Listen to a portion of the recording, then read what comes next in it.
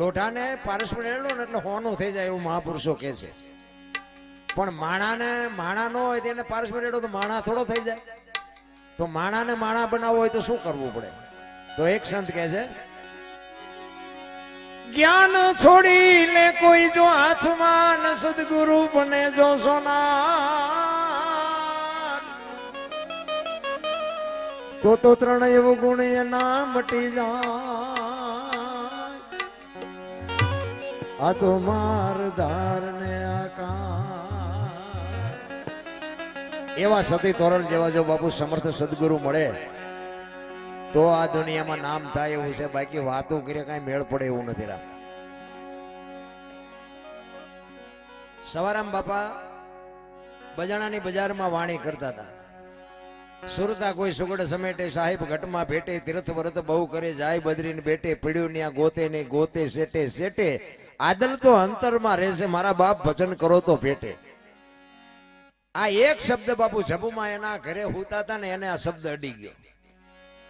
હમણાં બેને વાણી કરી ને, નિરખતા જેના નેણા હરખે મટી જાય મનડા કરી દોડ, બાપુ જબુમાં ગાયું છે. વિચાર કરજો, સવારામ બાપાની કેવડી મોટી કૃપા છે. આ વાણંદની દીકરી હતી અને આ વાત સાંભળીને, આ ભજન સાંભળ્યું ને જબુમાં, એના ઘરેથી સવારામ બાપા પાસે આવ્યા અને સવારામ બાપાને કીધું, બાપુ મને આ માર્ગ બતાવો. સવારામ બાપા કે ભાઈ હું તો ગાયેલું ગઉં છું, રાંધેલું ગઉં છું, મને આમાં કઈ ખબર પડતી નથી. કે ના બાપુ એમ નહીં. અને બાપુ પરીક્ષા કર્યા વગર કોઈ કંઠિયું બાંધીએ નથી. અત્યારે તો આવ્યા નથી, ગાળિયા નાખ્યા નથી, એ શું કાઢી લેવાનું? ગુરુ અને શિષ્યના નાતાને હજી ખબર જ નથી આપણને. બહુ આજીજી કરીને એટલે સવારામ બાપાએ કીધું ભાઈ સમય આવશે, કઈક વિચારશો. અને એ બજાણાથી પીપળીના ધક્કા ચાલુ કરી દીધા અને સમય આવ્યો અને બાપુ એ ઠામ જયારે પાકો થયો ને પછી સવારામ બાપા એને કંઠી બાંધે. આ તમે જો ઉજળા કરી દીધા સવારામ બાપાને. ગુરુ અને શિષ્યના નાતાની કઈક વાતો જુદી છે રામ. કારણ કે આ રામદેવજી બાપાની કૃપા જ એવડી મોટી છે. મને, હું મારી વાત કરું, મને જો માણા બનાવ્યો હોય તો રામદેવ પીરે બનાવ્યો. બોલો, હું અંજવાળી બીજે, અમારે ચોરવીરા રામ ટેકરી છે વગડિયાની બાજુમાં, હું અંજવાળી બીજે ફરજિયાત ત્યાં હોય. હું 30 વર્ષથી જાઉં છું અંજવાળી બીજ. મને અત્યારે મીડિયાના માધ્યમથી ઘણી જગ્યાએ મારે ફોન આવે. નાના મોટા પ્રોગ્રામ તો બીજના દિવસે હોય જ, પણ હું એમ કહું ભાઈ બીજના દિવસે નહીં આવું. ઘણા મને પૈસાની ઓફર કરે, ઝાઝા પૈસાની ઓફર કરે, પણ મેં કીધું આ રામાપીર, મેં કીધું ઓફર કરાવે કે આ મારો દીકરો સૂકે છે કે નથી સૂકતો. એટલે હું તો માણસોને કહી દઉં ભાઈ મને 5 લાખ રૂપિયા આપશો તો હું બીજ નદી નહીં આવું. જેને માણા બનાવ્યો હોય એની બાપુ આંગળી જેને પકડી હોય ને એને જીવનમાં ભૂલાય નહીં. પછી દીકરા હોય, વહુ હોય કે મા બાપ હોય કે ભાઈઓ હોય કે કુટુંબ હોય, જે હોય તે, જેને દુઃખમાં કાંટો કાઢ્યો એનો ગણ ન ભૂલાય. બસ મુદ્દો આટલો છે. બાકી ઈશ્વર તો તમારી મારી પરીક્ષા કરતો જ હોય છે. એટલે સવારામ બાપાએ એક ભજનમાં કીધું કે મારા ગુરુ મને ન મળ્યા. ફુલગરજી બાપુ, ફુલગરજી બાપુનો ગમે એવડો ઇતિહાસ હોય મને બહુ ખબર નથી, પણ સવારામાં બાપુ ઝંડો ફરકાવી દીધો. જોકે તમારા પ્રજાપતિ સમાજમાં સત્તાધાર શામજી બાપુ, જીવરાજ બાપુ, થાનમાં મેપા ભગત, આ હમણાં વાણી કરી શ્રીબાઈ, પંઢરપુર ગોરો ભગત, બાપુ પ્રજાપતિ સમાજમાં ઘણા બધાને મેં કીધું એમ ભક્તિની ઉત્પત્તિ ત્યાંથી થઈ છે. કુંભાર ભગત કહેવાય ગમે એવો હોય તો. અમારા રજવાડા હતા ને, અમારા સ્ટેટ, અમારા દરબારોના રાજા રજવાડા હતા ને, પછી આ ગામથી બીજા ગામ જવું હોય ઘોડા લઈને જાય, પછી જે ગામમાં રાહત પડે ને અને અહીંયા રોકાવાનું હોય ને, એટલે અમારા દરબાર હોય ને તો એમ કે ભાઈ કોઈ કુંભાર ભગતનું ઘર છે. અને કુંભાર ભગતનું ઘર હોય ને તો રોકાય, નકર 5 ગૌ 10 ગૌ હાલી નાખી બીજા ગામ વ્યા જાય, પણ બીજાને ઘરે રાત ન રોકાય. આટલો બાપુ પ્રજાપતિ સમાજ ઉપર ભરોસો હતો જગતને. કહેવાનો મારો મિનિંગ કે આટલો મોટો ઇતિહાસ હોય અને જો આપણા સમાજમાં કોઈક એવું કુપાત્ર પેદા થાય તો વાત કોને કરવી? એટલે સવારામ બાપા એની વાણીમાં કહે છે, એના ગુરુ મહારાજની વાત કરે છે કે મારા ગુરુ મને ન મળ્યા હોત તો મારી શું દશા થાત. એના ગુરુની વાત કરે છે. અને બાપુ છે ને, ગુરુની વાત માનવાની તૈયારી હોય ને તો ગુરુ બનાવવા, નકે એમ નામ રહેવું. હા, ગુરુને જો સમજી ન શકો ને તો ગુરુ બનાવવાનો કોઈ મતલબ નથી. એક ગુરુ ને શિષ્ય બે ઝૂંપડીમાં હતા ને, તે ગુરુએ કીધું શિષ્યને, એ કે બેટા બહાર જોતો, એ કે વરસાદ ચાલુ છે કે બંધ છે? તો બરોબર બિલાડી આવી અંદર. એ કે બાપુ બિલાડી માથે હાથ ફેરવો ને લીલી છે તો આવતી છે, નહીં આવતી, હુકી છે નહીં આવતો. ગુરુ મહારાજ કે મારો ગુરુ છે. એ કે હારું હાલ, કે આ દીવો રામ કરીને કે હુઈ જાવ કે બાપુ આંખું બંધ કરી દો ને, દીવો ફલન રહ્યો આંખું બંધ કરો છો અંધારું જ થઈ જવાનું. ગુરુ મહારાજ વિચાર કરતા હતા. પછી કે હારું જે હોય કે ડેલી આલું બારણું બંધ કરી દે, હુઈ જવું છે કે બાપુ બે કામ તો મેં કર્યા, એક તો તેમ કરો. આ ગુરુ પાસેથી શું તમે લઈ લ્યો? એટલા માટે સવારામ બાપા કહે છે, કારણ કે સવારામ બાપા ને બાપુ રામદેવજી બાપાના પ્રતાપથી જ આજ દુનિયા એને યાદ કરે છે. અને રામદેવજી બાપા બાપુ જીવતું જાગતું એવું અદ્ભુત પાત્ર છે. આજે એક હનુમાનજી, એક રામદેવજી ને એક માં મેલડી, બાપુ હવાર નાળિયેર માનો ને બપોર ભડાકો થાય એવા દેવ છે, જીવતા જાગતા એમ. એટલે સવારામ એના ગુરુ મહારાજ ની વાત કરે છે, જુગતી કરીને જોવા હાલી મારા સદગુરુએ બતાવી મને અમરનગર માં આત્મ દેખ્યા, હું તો ભૂલી ગઈ તી દેહનું ભાન. સંતોએ વાણીમાં બાપુ શબ્દો એવા મૂક્યા છે ને, આ વિજ્ઞાન ને બુદ્ધિ બાપુ આમાં કોઈને કામ જ નથી આવે એવું. આ અમરનગર ક્યાં છે? આ અલખ ની વાતો બધા કરે છે, અલખ ક્યાં છે? લખી ન કે એને અલખ કહેવાય ને, લખાય નહીં. આને છે ને, આને ભજન ન કહેવાય. જો હવે છે ને 12-1 વાગ્યા પછી બેઠા હોય ને, એ જ બાપુ ભજન વાળા હોય, એટલે જ વાત કરવાની મજા આવે. અલખ કોને કહેવાય? લખાય નહીં ને. આ ભજન નથી, આ મનોરંજન છે. ભજન છે ને બાપુ બોલ્યા જેવી વાત જ નથી. બોલાય તો લખાય ને, લખાય તો દેખાય ને, દેખાય તો વંચાય. આ એવું છે જ નહીં. ભજન આઘું પડ્યું છે.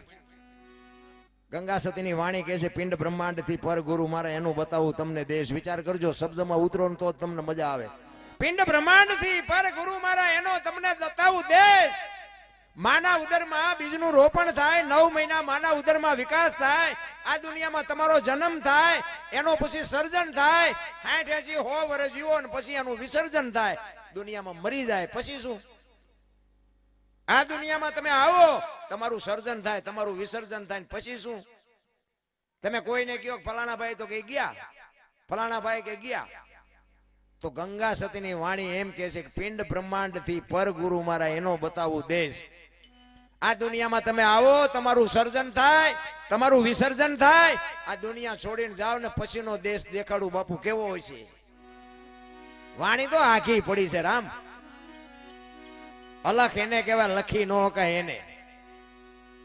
એનો તમને એક દાખલો આપું. કોઈ પણ માના તેલનો ડબ્બો લઈને આવતો હોય, એને તમે પૂછો કે ભાઈ ડબ્બાના કેટલા પૈસા?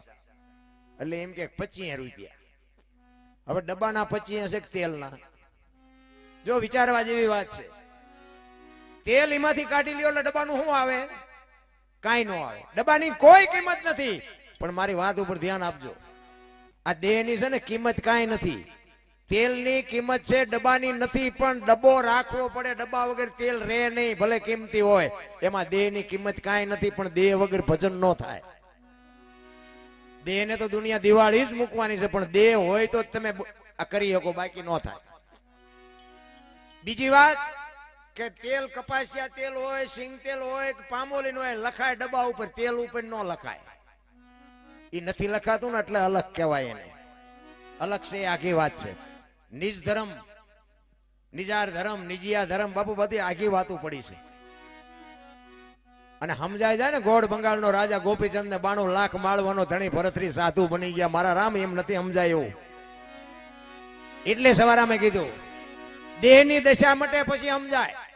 હું દરબાર ને, હું પ્રજાપતિ ને, હું પટાલ ને, હું ભરવાડ ને, બધા નાચ ચાલીને બેઠા ને. હું તો એમ કહું 18 વણમાંથી એક ને બોલાવો ને એક હોળીમાં બેહારો ને હોળી દરિયામાં વેતી કરો ને ખીલી જાય એટલું ફાંકું પાડો.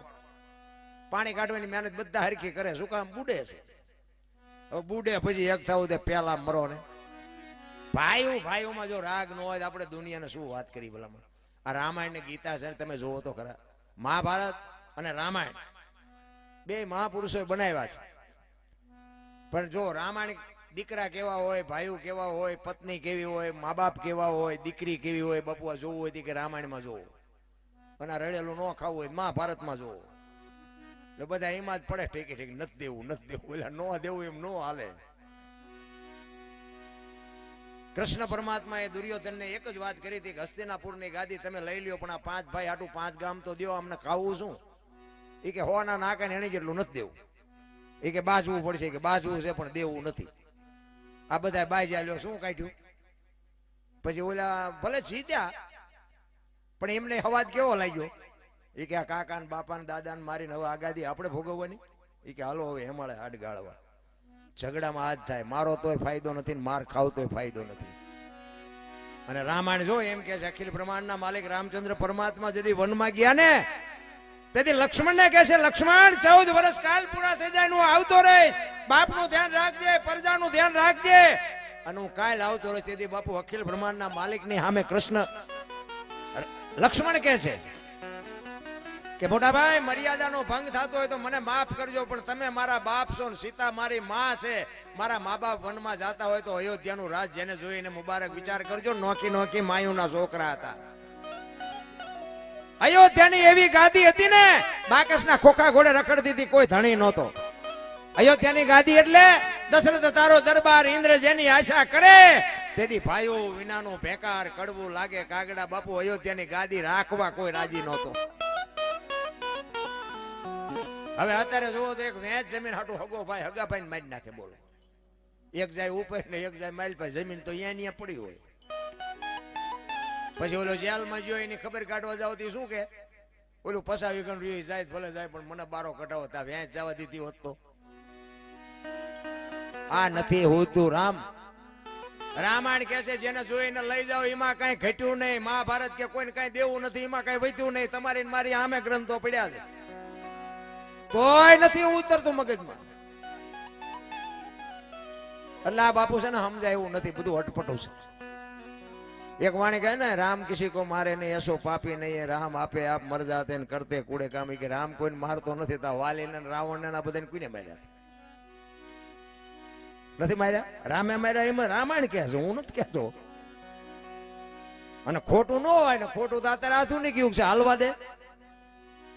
પણ એક રામ દશરથ કા બેટા, એક રામ સબકા ઘટ में બેઠા, એક રામ सकल पदार्थ ने, एक राम सबसे न्यारा. ભજવાનો છે જુદો ને ભજવાનો ભજ્યા છે. આ હમણાં વાત કરી ને શ્રીબાઈ ની બેને, ઈ શ્રીબાઈ રામ નું ભજન કરતા હતા ને તેથી દશરથ નો જન્મ નહોતો. એ રામ કયો હોય છે વિચાર કરજો. હરણાકશ નું રાજ હતું. હવે રાક્ષસનાથ રાક્ષસ જ ન હોય? પ્રહલાદ ને ભક્તિ ક્યાંથી લાગી? ઈ આ શ્રીબાઈ રામ નું ભજન કરતા હતા. હમણાં બિલાડી ની વાત કરી, બચડા નિપાડામાં આવી ગયા અને રામ રામ કરતા હતા. પ્રહલાદે કીધું શું આ રામ રામ કરો? એ કે અમે ભગવાન નું ભજન કરી છે, આમાં બિલાડીના બચ્ચા આવી ગયા. તો કે રામ બચાવે? રામ ભગવાન તો મારો બાપ છે. એ કે તમારા બાપાની તાકાત નથી. તો કે આમાં તમારો ભગવાન આમાં બચ્ચા આવી ગયા બચાવે? તો કે હા. અને પ્રહલાદ ને મનમાં એમ થયું અગ્નિ લોઢા ઓગાળી નાખે ને આમાં બચ્ચા જીવે? ઈ કે નિભાડો ક્યારે ખોલવાનો? ઈ કે કાલ. કે હું આવ્યા પેલા ખોલતા નહીં. અને બીજી દી આવ્યો બાપુ ખડગ લઈ. ઈ કે ખોલો, હું આ ઉભો છું. અને મીંડો ખોલવા હાથમાં ખડગ રાખ્યું. ઈ કે અગ્નિમાં કોઈ દેર બાપુ લોઢા ઓગળી જાય, એમાં બિલાડીના બચ્ચા ક્યાંથી જીવે? અને છેલ્લા 3-4 માટલા રિયાન બાપુ ઠેકી ઠેકીને બચડા નીકળ્યા ને, ત્યાંથી બાપુ પ્રહલાદ વળાંક મારી ગયો મારો બાપ ખોટો છે, આ બોલે છે એ કઈક જુદો છે. ઈ રામ કયો રામ છે? દશરથ રાજા નહોતા. બહુ બાપુ આખી વાતું છે, પણ ખરેખર એવા અધિકારી બેઠા હોય ને તો મજા આવે. ભજન વાળાની યાદ ભજન થાય છે. બાકી તો ઘણી જગ્યાએ અમને દાડીએ રાખ્યા હોય એમ હોય. ચેક ચેક જાય ને. અમે એક બે ઠેકાણે ગયા હતા ને તો એ ચા ખાંડના ડબલા મૂકી દીધા. એ કે તમારે ચા પીવે તારે પી લેજો. એમ તારે અહીંયા દાડીએ નથી આવ્યા, તમે હુઈ જાઓ ને અમે હુઈ જાવ, ડબલા મૂકી દો માલપા.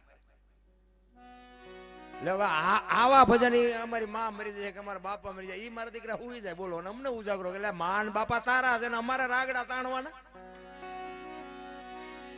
એનો કોઈ મતલબ નથી. રામ ભજન તો બાપુ છે ને આત્માનો ખોરાક છે. આત્મો ટાઢો થઈ જાય ભજન બાપુ તમને ઉતરવા મળે ને આત્મો ટાઢો. તમને અને મને આ દુનિયામાં મોકલ્યા ને દિવાલ પૂરીને દીવો કરીને મોકલાવ્યા છે. એ દિવાલ ખૂટે પછી આમાં દિવાલ કોઈ પૂરવાનું નથી.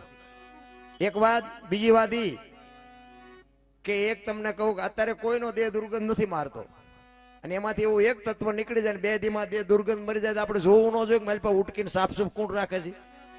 ન જોવું જોવે? જોયું કોઈ?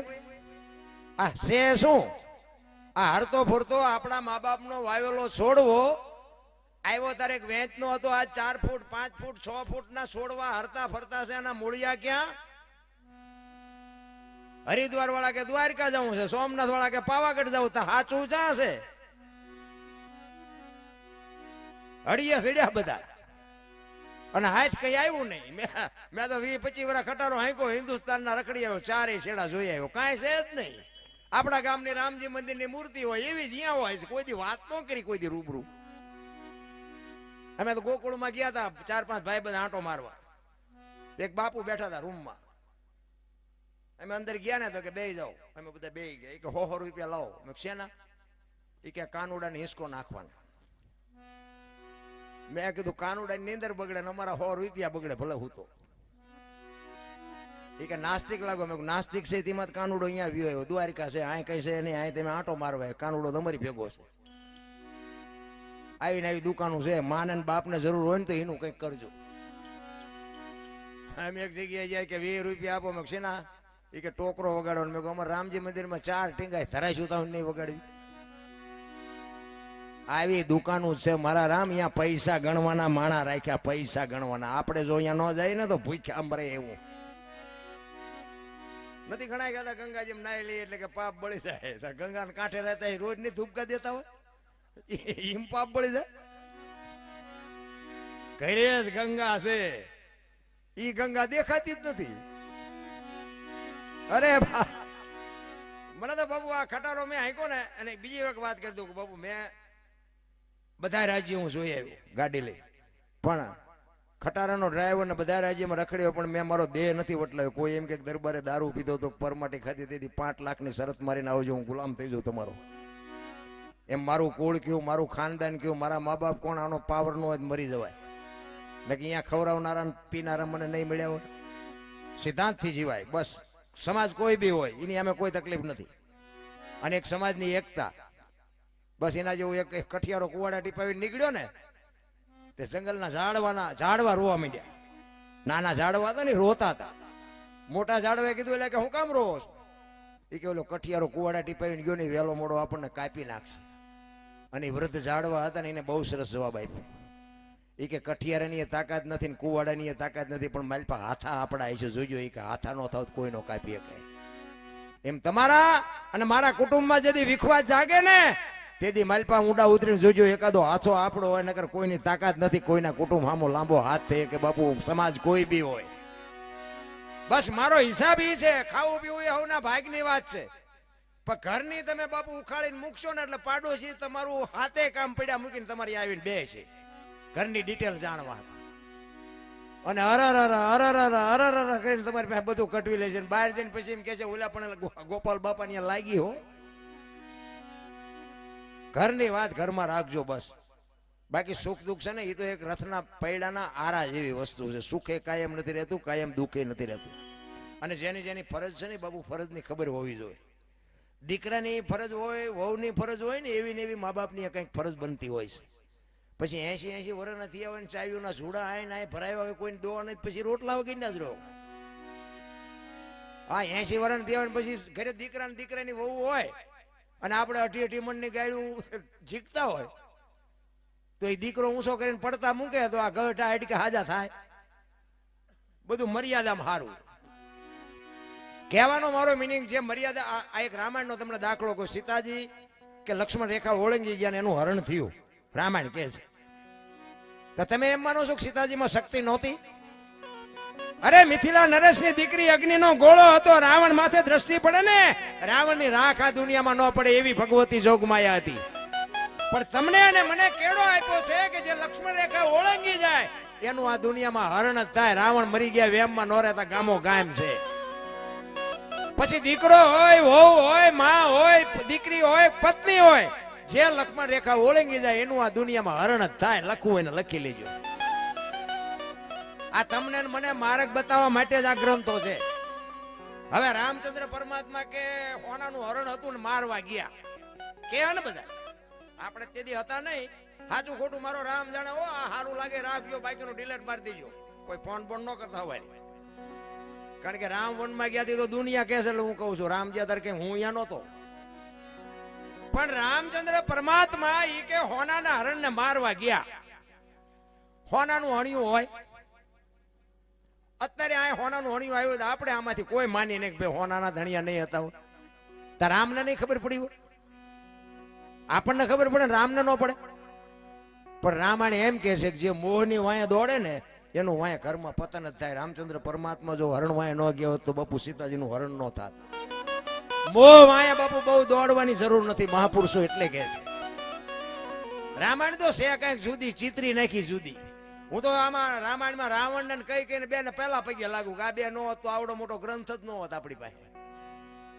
બધા રાવણ ને ગાયરું દે. પણ હું એમ કહું કે રામચંદ્ર પરમાત્મા ને અયોધ્યાથી લંકા સુધી ધક્કો કરાયો એ જેવો ભગત છે તમે તમારા ઘર સુધી તો કરાવો.